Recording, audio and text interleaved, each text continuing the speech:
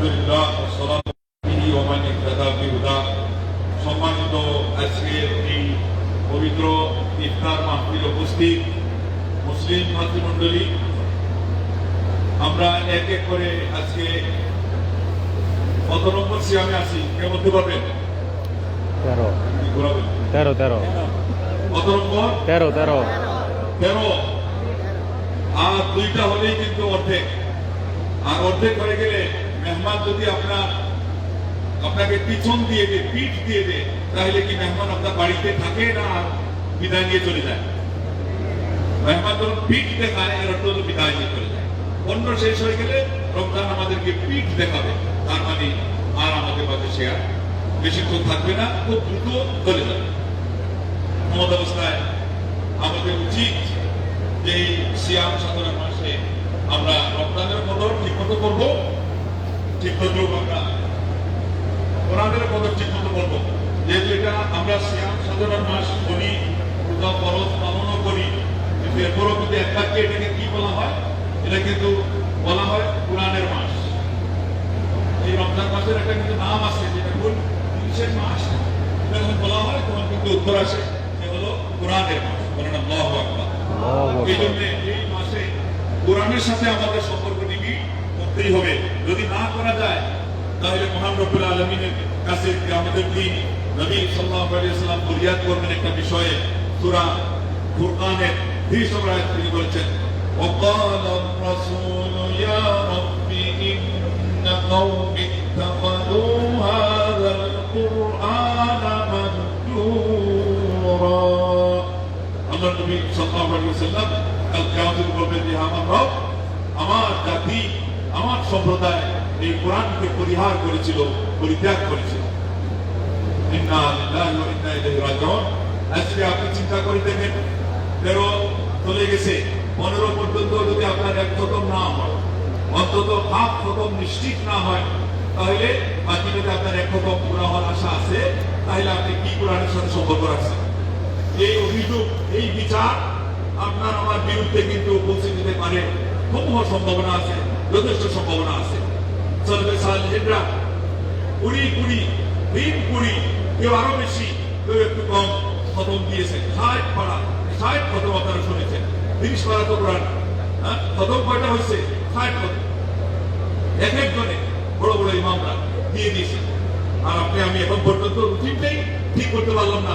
রমজান কিন্তু অর্ধকে একেবারে নাকে যাচ্ছে, অর্ধেক ছুঁয়ে এমন অবস্থা।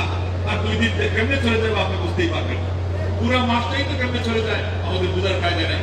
আল্লাহ বলছেন হাতে গোনা কয়েকটা দিন। এবার যে বাকি দিনগুলো আছে এগুলোকে কাজে লাগানোর জন্য সবাই প্রস্তুত আছেন তো? আল্লাহ কিন্তু দেখতেছে, আল্লাহকে সাক্ষী রেখে এবার ভয় পেয়ে গেছে। আল্লাহকে সাক্ষী রেখে প্রস্তুত? আল্লাহ তো দেখছেন। আপনি হয়তো বলতেছেন যে আল্লাহ আপনাকে সাক্ষী রেখে বলতেছে, আমার আল্লাহ তো দেখতেই আছে, আপনার মনের খবর দেখতেছেন। তো এই যে কোরআন পরিহার করা, এর ব্যাখ্যা ইমাম ইবনুল কাইয়িম রাহিমাহুল্লাহ কয়েকটা পয়েন্ট দিয়ে আমাদেরকে বুঝিয়েছেন। এগুলোর মধ্যে যদি আপনি থাকেন তাহলে আপনি কিন্তু কাল কিয়ামতের দিন নবী সাল্লাল্লাহু আলাইহি ওয়াসাল্লামের বিচার আদালতে, ওনার বিচার দায়ের করার মাধ্যমে আল্লাহর আদালতে আপনি আসামি হয়ে যাবেন। এই আয়াতের ভিত্তিতে উনি বলেছেন, কোরআনের শ্রবণ যদি আপনি পরিহার করেন, কোরআনের উপর ঈমান রাখার বিষয়টা যদি পরিহার করেন, কারণ আজ ঈমান আনছে তখন রাখতেও হবে, আস্থা রাখা, এরপরে মনোযোগ দিয়ে কোরআন শোনা, এটাও যদি আপনি পরিহার করেন, আপনি কিন্তু কোরআনের সাথে সম্পর্ক নষ্ট করেছেন। এটা তিনি 5টা পয়েন্টের এক পয়েন্টে কিন্তু 3টা জিনিস উল্লেখ করেছেন। শোনা পরিহার করা, তার উপর ঈমান পরিহার করা, তাকে মনোযোগ দিয়ে মনোনিবেশ করা, এই 3টা পরিহার করলে আপনি কোরআন পরিহার করছেন। 2 নম্বর উনি বলছেন আমল ফজরুল আমল বি ওয়াল ওকুফ ইনদা হালালিহি ওয়া হারামি। কোরআনের উপরে আমল করা যদি পরিহার করেন, কোরআনের কোন বিধানটা হালাল কোনটা হারাম সেটাও যদি আপনি পরিহার করে থাকেন, আপনি আসামি হয়ে গেছেন। কিয়ামতের দিন নবী সাল্লাল্লাহু আলাইহি ওয়াসাল্লাম আপনার বিরুদ্ধে মামলা দায়ের করবেন। এই আয়াতটা কথা মনে আছে তো?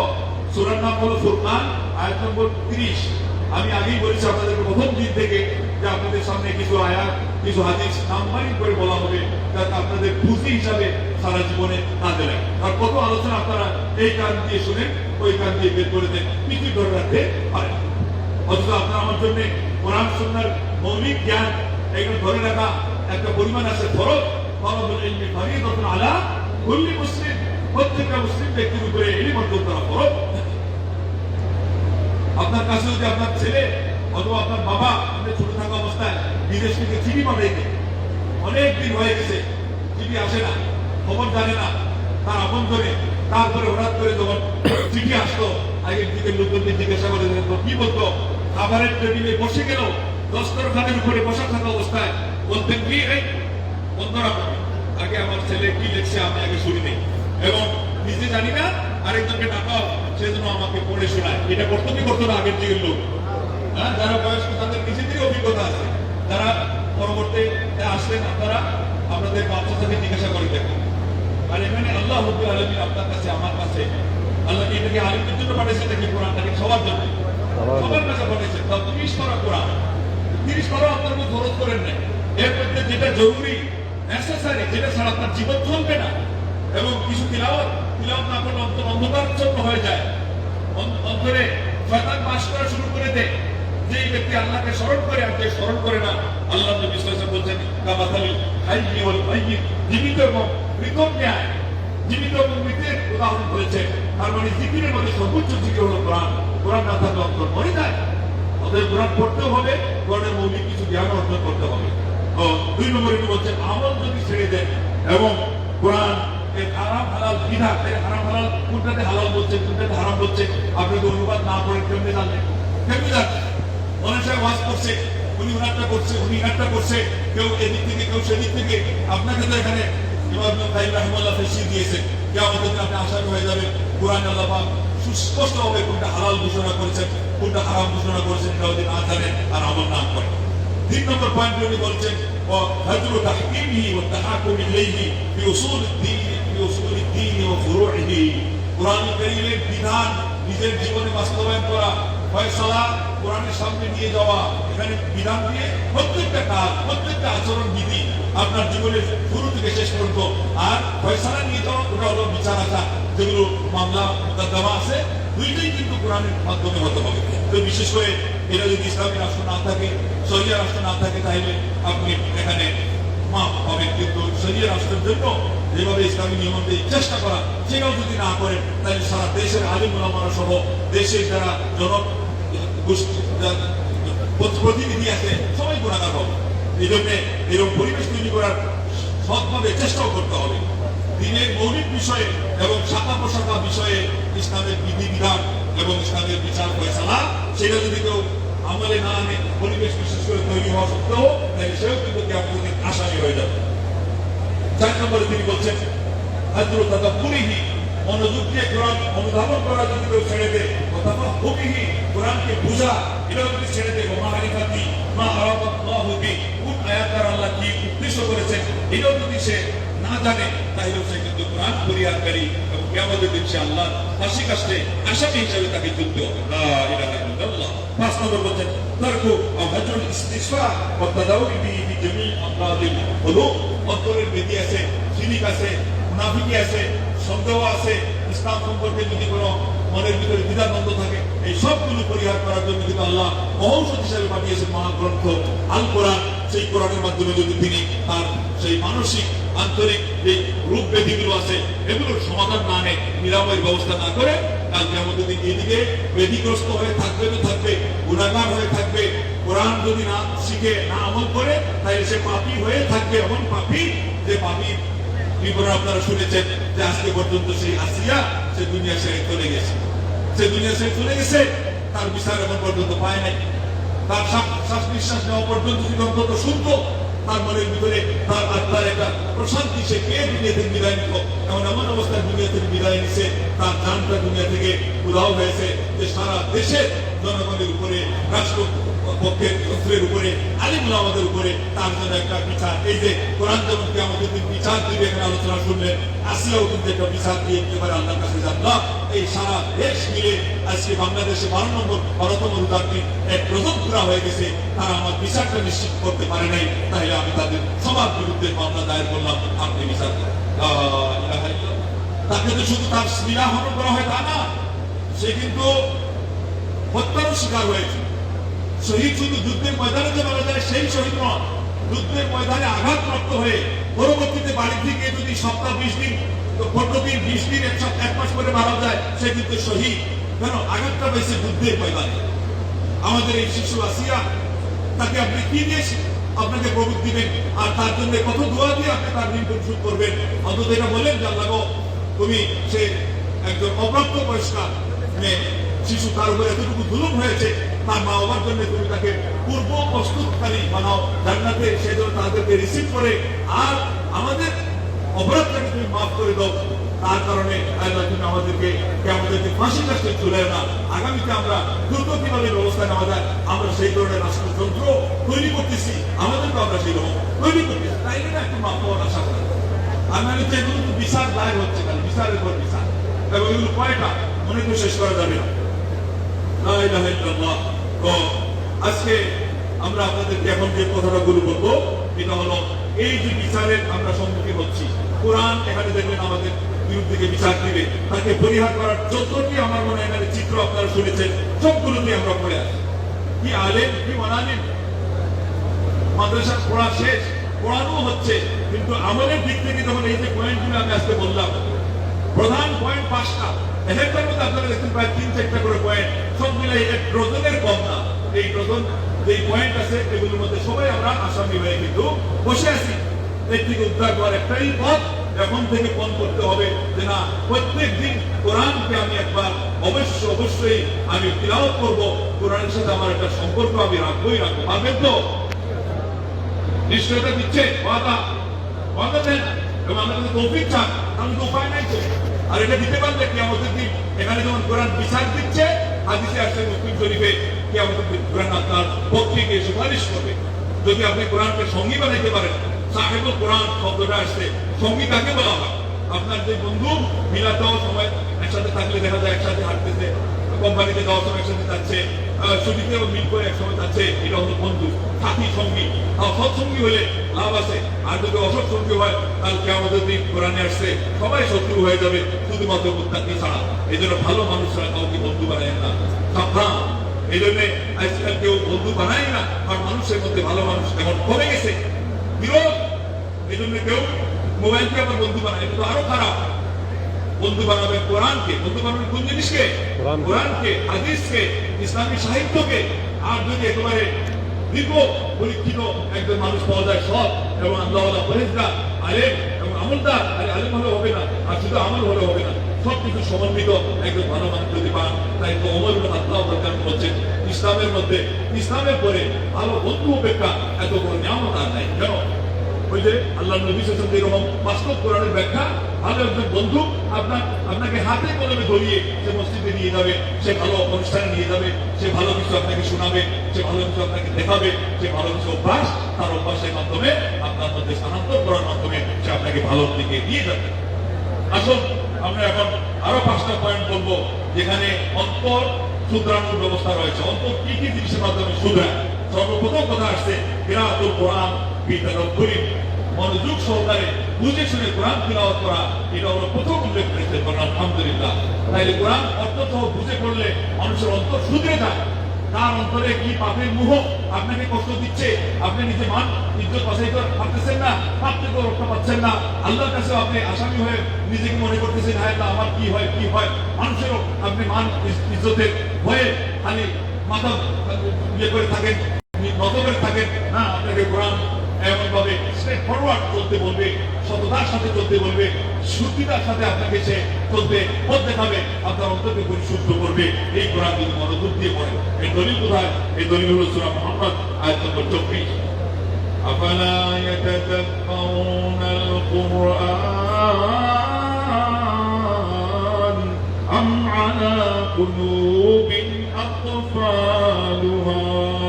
আল্লাহ পাক বলেন, তারা কি এই কোরআন মনোযোগ দিয়ে পড়ে না, নাকি তাদের অন্তর তালাবদ্ধ আছে? আল্লাহ দোষারোপ করে বলতেছে যারা মনোযোগ দিয়ে কোরআন পড়ে না, কোরআন বুঝতে গেলে অন্তরের দরজা খুলে না, সারা দুনিয়া সবকিছু বুঝে টই করে পই করে সবকিছু হাসিল করার জন্য সে ইংলিশ শিখে, সে অন্য ভাষা শিখে, অন্য দেশের বন্ধু মানুষ কেউ সে গ্রহণ করে, সে কত পথ অবলম্বন করে, সে এই মিডল ইস্টে থেকে যখন হয় না ইউরোপের দিকে পাড়ি জমায়, দুনিয়া তাকে আরো কিছু কামাইতে হবে। অথচ মহাগ্রন্থ আল কোরআন এটা শিখলে যে দুনিয়াও পাওয়া যায়, আখিরাতও পাওয়া যায়, আর কোনো জায়গায় যাওয়া লাগে না। একজন মুসলমান যে মহাগ্রন্থ আল কোরআন পেয়েছে তার চেয়ে সুখী, তার চেয়ে সৌভাগ্যবান মানুষ দুনিয়াতে আর কেউ নাই। অথচ সেই কোরআনটা মনোযোগ দিয়ে পড়ে না। এই জন্য আল্লাহ বললেন যে এদের অন্তর তালাবদ্ধ হয়ে গেছে। তাইলে অন্তর খুলে কোরআন পড়বেন, অনুবাদ সহ, ব্যাখ্যা সহ। 2 নম্বর হলো আলা উল বুতুন, পেট খালি রাখা। এই যে রমজান মাস কেন তাকওয়ার মাস, এখানে আপনি নিজেকে কন্ট্রোল করে পেট খালি থাকলে প্রবৃত্তির ধারণা দুর্বল হয়। প্রতিদিন ব্যাখ্যা শুনেছেন আদম সন্তান কিভাবে রক দিয়ে চলে, আর খাবার কম খাইলে রক্ত কম থাকে, রক দিয়ে চলতেও সে দুর্বল ভাবে চলে, এই জন্য শয়তানি কাজ সেখানে কম হয়। অতএব এটার ব্যাখ্যাটা আমি যাচ্ছি না। ইমাম মালিক রাহিমাহুল্লাহ একজন ছাত্রকে জিজ্ঞাসা করছিলেন, বাবা তুমি আমার কাছে ইলম শিখতে আসছো, তোমার খাদ্য পানীয় এর আমাকে অনুমান দাও, এস্টিমেট দাও। বলে এটা কি বলবো, পেট পুরা পর্যন্ত খাইতেই থাকি আর তৃষ্ণা নিবারণ পর্যন্ত আমি পান করতেই থাকি। উনি বললেন যে বাবা আদা আকলুল হিম ওয়াদাকা সুরবুল বাহিম, একেবারে পেট পুরা পর্যন্ত পান করা এটা তো উটের পান, এটা উটের খাবার, পেট পুরা পর্যন্ত খাইতে থাকা। আর একেবারে তৃষ্ণা নিবারণ পর্যন্ত পেট ফুলিয়ে দেওয়া বেলুনের মতো, এটা যে চতুষ্প জন্তুর পান করা। তুমি যেহেতু ইলিম শিখতে আসছো, খাবারকে পরিমিত করতে হবে, খাবারের মধ্যে তোমার একটা পরিমাণ ঠিক রাখতে হবে। এখানে ডায়েট এমনি হয়ে যায়। অথচ আজকে আমাদের ওই কিন্ডার গার্ডেন যেগুলো বলেছে, সেগুলোতে মা বাপ ছেলেকে দিবেই না, আগে তার তালিকা শুনবে, তার খাবারের কি আছে, খাবারের দেখি কি বলে বল দেখি, মেনু মেনু হ্যাঁ মেনু মেনু দেখবে। এটা মেনুটা কি, একটা তো উঠে লিখে দেখছে, আরেকটা হলো ছেলের দৈনন্দিন খাবারের মেনু কি। আপনি কি ছেলের শরীর তৈরির জন্য এখানে পাঠাইছেন? আছে কোনো কোনো জায়গায় একেবারে শরীর না চলার মতো হলে তো ঠিক আছে, এটা দেখবেন, কিন্তু খাবার নিয়ে এত ব্যস্ত থাকতে হবে। আর যারা প্রতিষ্ঠান চালা, ওনারাও যারা খাচ্ছে ছেলেকে একটু ভালো গাইড হবে, আপনারা এত বড় অ্যামাউন্ট ধরে দিলেন, আর এই মেনু দেখে তাদের কাছে খালি লক্ষ লক্ষ টাকা হাতে এনে কয়েকজন আছে কিন্ডার গার্ডেন দিয়ে ভালো আলু তৈরি করছে। ভালো আলু কিন্তু ওই ডাইল খেয়েই বেশি তৈরি হয়েছে, ওটা বাস্তব না বাস্তব। ভালো আলু তৈরি হয়েছে ডাইল খাইয়া, নিরামিষ খাইয়া, কত বেশি খাইয়া কিন্তু ভালো আলু হওয়া যায় না। এটা আমার কথা না, ইবনে আব্বাস রাদিয়াল্লাহু আনহু নিজেই বলেছেন, লা ইয়াতিল ইলমু বিরাহাতিল জিসম, শরীরের আয়েশ আরামের দিকে তাকালে ইলম হাসিল হয় না। ইলম অর্জন করতে গেলে কষ্ট স্বীকার করা লাগে। মা বাবারা বুঝ দিবে যে বাবা না খাও, বিসমিল্লাহ বলে খাও, আলহামদুলিল্লাহ এই সময়ে তোমার শরীর এটা মেনে নিবে, এরপরে তুমি বড় হলে আল্লাহ তোমাকে দিবে রিজিক বেশি খাইও, এবং তুমি ইলমটা বেশি করে শিখো। তারাও এটা বলে না, শিক্ষকরাও আজকাল এটা হারিয়ে ফেলছে, নিজেরাই মেনু দিয়ে ধরাই দেয় খাবার কত প্রকার, কি কি কিভাবে খাইতে হবে। এরপরে আমাদের খাবারটা হজম করার জন্য ব্যায়ামের ব্যবস্থা দেওয়া লাগে। সালমে ব্যায়ামের দরকার ছিল না, তারা খাইতেন পরিমিত, এরপরে হেঁটে হেঁটে মসজিদ দিতেন, আবার আসতেন, জিহাদে দেওয়া হতো, পাহাড় ছিল উপরে উঠতেন, নিচে নামতেন, দ্রুত হাঁটতেন। আল্লাহ নবী সুন্নতে হাঁটা কি দ্রুত হাঁটতেন, দ্রুত এই যে এরকম হাঁটতেন না তো, এক লোক এরকম হাঁটতেছিল, খলিফা ওমর যেন ছাত্র দিয়ে বলছেন যে এরকম আর আসা মাথা উঠাও, আল্লাহর দিনকে অপমান করো না। একজন মুসলমান খাবারও কিভাবে হাঁটবে, স্বাভাবিকভাবে হাঁটবে, এবং যেখানে সমস্যা নাই, কোনো ঝুঁকি নাই, দ্রুত হাঁটবেন, পাটা রাখবেন মাটিতে শক্তভাবে, তুলবেন আবার শক্তভাবে, কিন্তু রেগে হাঁটবেন। এই দুই পদ্ধতি অবলম্বন করে আপনার ব্যায়াম তো ওই মসজিদে যাওয়া আসার মধ্যেই হয়ে যায়। আলহামদুলিল্লাহ। আর আগে খাবারটা ডায়েট করবেন, আল্লাহ নবী বলছেন কম খাওয়ার জন্য, বলছেন কয়েকটা লোকমায় মেরুদণ্ড সোজা থাকলেই যথেষ্ট হয়ে গেল। এরপর কিন্তু আরো সামান্য বাড়াইতে হয়, তাহলে 3 ভাগ করতে হবে পেটটাকে। বেশি খাইতে গেলে কয় ভাগ করা লাগবে পেটকে? কয় ভাগ? 3 ভাগ। 1 ভাগ খাদ্যের জন্য, এক ভাগ পানি, এক ভাগ খালি শ্বাস, খালি তার মানে খালি থাকবে, তাইলে তো শ্বাস নিঃশ্বাস যাওয়া লাগবে। আমাদের বলে এক লোককে হঠাৎ করে দাওয়াত খাইয়া এসে ঘুমাইছে, তো ঘুমানোর উপরে এই লোকজন ছেলেমেয়েরা বলছে যে বাবা এই যে পিঁপড়া যাচ্ছে, কারণ ভাবতে এদিকে গলার মধ্যে উঠে গেছে, পিঁপড়া হাঁটতেছে, তো ডাক দিচ্ছে যে বাবা উঠো। বলছে কোন বাড়িতে কি হবে, মানে আরেক বাড়ি দাও দেবো, মনে পড়ে গেছে। ও বলছে বাড়ি দাও দরকার নেই, আপনার তো খাবার তো গলাতে বের হচ্ছে, পিঁপড়া হাঁটতেছে, আমরা এটা বাড়ানোর জন্য বলছি। এগুলো কি আজকে নতুন নাকি? তার মানে ওনার এই গরম হাউস ফুল করে খাওয়া এটা সবসময় একটা অভ্যাস। আরে যদি বলা হয়েছিল একটু ট্যাবলেট খান আপনার হজম হবে, বলছে বাবা ট্যাবলেট খাওয়ার জায়গা যদি খালি থাকতো আমি আরেক রূপা খাইতেই পারতাম, কিসের ট্যাবলেট খান? এই অবস্থা, এই মানুষ সুস্থ থাকবে কেমনি বলে? আর কিছু লোক আসলে তাদের একটু ইঞ্জিন শক্ত থাকে, এরা কিন্তু ধোকায় পড়ে যায়, খাইতেই থাকে, এরপরে যখন ধরা খায় জীবনের জন্য জনগণের জন্য যে বিছানায় পড়ে এরপরে লাশ ওই কবরে নেওয়া ছাড়া করে তার উঠার শক্তি থাকে না। এই জন্য আপনাকে আল্লাহ যে অবস্থায় রাখছেন, যে নিয়ামত দিয়ে রাখছেন, এটার জন্য ধোকাগ্রস্ত না হয়ে এটার মূল্যায়ন করে, শুকরিয়া আদায় করে, আবার পরিমাণ মতো খান। এরপরে আপনি গানের সৎকা, মালের সৎকা এগুলো দেন, জামাত করে সালাদ পড়েন, নফল নামাজ বেশি বেশি করে পড়েন। ব্যায়াম আবার দিচ্ছে, আমাদের আল্লাহ তো ব্যায়ামের কোনো প্রয়োজনই নেই। ওই শরীর কামতেই ব্যায়াম হয়ে গেল। এরপরে এভারেজ আধা ঘন্টা হিসাব মিলে ব্যায়াম হয়ে গেল। 5 মিনিট ফরজ নামাজে যদি যাতায়াত করেন হয়ে গেল। এরপরে এখন শীতের দিন আসতে পারে যাচ্ছে, শীতের দিনে একটু সূর্যের তাপ লাগাবে, ব্যায়াম তো এখানে হয়ে গেল। যাই হোক, 3 নম্বর হলো কিয়ামুল লাইল ওয়া তাদাররু ইনদা সাহর। আল্লাহু আকবার। রাতের নফল ইবাদত মানে তাহাজ্জুদ নামাজ পড়া এবং সেই সময় আল্লাহর কাছে কান্নাকাটি করা। আপনাদের কার মনে আছে বলেন দেখি, হাত তুলবেন যে আপনার বাপকে বয়স্ক অবস্থায় পাইছেন অথবা দাদাকে পাইছেন, সেই সাথে বদরের আগ মুহূর্তে শুনছেন যে তারা গুনগুনিয়ে আল্লাহর জিকির করতেছে। কে কে শুনছেন হাত তুলে দেখি।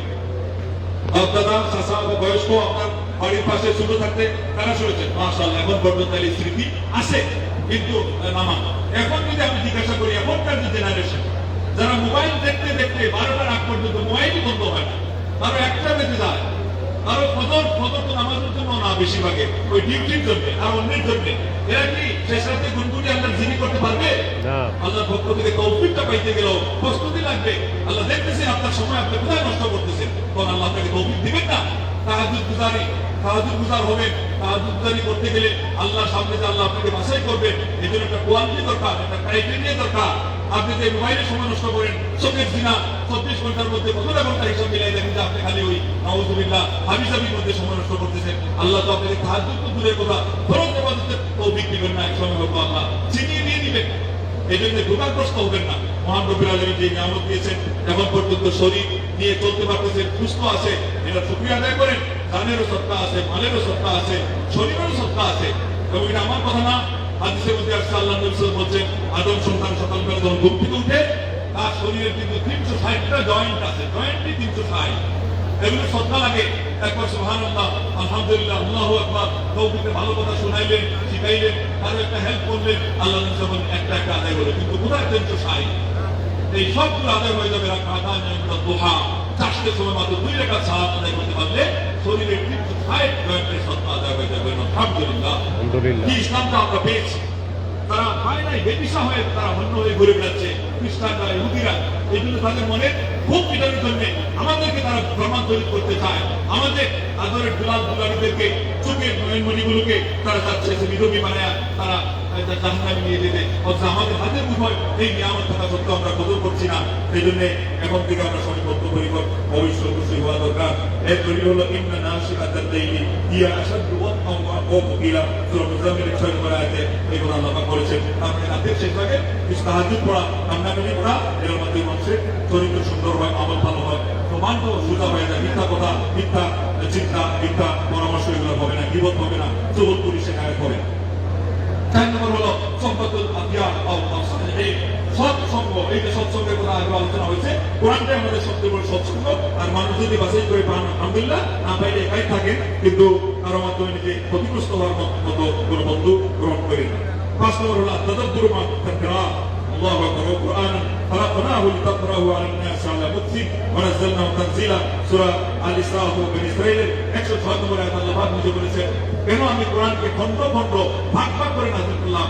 একটু একটু করে তারা এই কোরআনকে অনুধাবন করবে এবং আস্তে আস্তে করে তাদের মন মস্তিষ্ক তার হিসাবে, এরপরে তাদের চরিত্র তৈরি হবে, তাদের আত্মশুদ্ধির কাজ হবে এবং তারা সুন্দর মানুষে পরিণত হবে। তারা হবে সুশীল সমাজ এবং তারাই আরেকটা সুশীল সমাজ নির্মাণে যথেষ্ট ভূমিকা রাখার তাদের যোগ্যতা অর্জন করবে। আল্লাহ রাব্বুল আলামিন যেহেতু এই নিয়ামত দিয়েছেন, আজকে পর্যন্ত এই নিয়ামত আছে, কিয়ামতের আগে এক সময় আসবে কোরআন হাত দিয়ে ধরবে, দেখবে কোরআন লেখা নেই, মিটে গেছে। হাদিসে কোরআন আউযুবিল্লাহি বিসমিল্লাহ বলবে, এরপর আলহামদুলিল্লাহ আসবে না, কোরআন উঠে গেছে। অতএব কোরআনের আত্মমর্যাদা নিয়ে আমাদের থেকে বিদায় নেওয়ার আগে কোরআনকে মূল্য দেন, নবী সাল্লাল্লাহু হাদিস চর্চা করেন, ইসলামী সাহিত্য চর্চা করেন, নিজের আমল সুতরাং এবং সমাজকে আপনি উপহার দেন। আর নাহলে সমাজ আজকে পচে গেছে, সমাজ আজকে একেবারে বর্বরতা গ্রহণ করে ডুবে যাচ্ছে, এই জায়গা থেকে উদ্ধার করতে গেলে আমাদেরকে আগে নিজেদেরকে সিদ্ধান্ত হবে, তারপরে জাতির আকাম ঘুরে সত্যি থেকে দেখতে হবে। আল্লাহ ওসিলাদের দোয়া করছে, আল্লাহ সেই তৌফিক দান করো। কোরআনের মাসে কোরআনের মাধ্যমে আমাদেরকে আমরা তৈরি করতে পারি, গঠন করতে পারি, আমাদের সমাজকে, আমাদের রাষ্ট্রকে, এই বিশ্বকে সেই তৌফিক দেবো না। আমি আলহামদুলিল্লাহ রাব্বিল আলামিন। আসসালামু আলাইকুম ওয়া রাহমাতুল্লাহি ওয়া বারাকাতুহু। ওয়ালাইকুম সালাম। তিনটা প্রশ্ন